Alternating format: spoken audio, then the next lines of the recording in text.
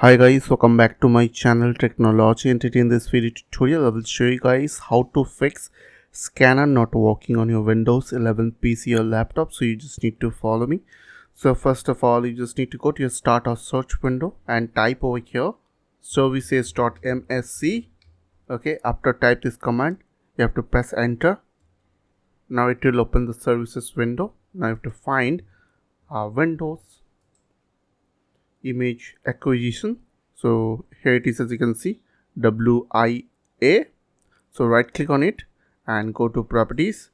Now startup type you have to set here automatic, and you have to click on apply, then OK. Now right click on it, on this service, and right click and click on start.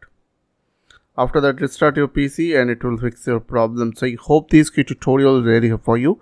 And please don't forget to click on the subscribe button, like button and share button. And if you have any questions or question, then comments down below. I will see you guys on the next video. Till then, bye bye, take care.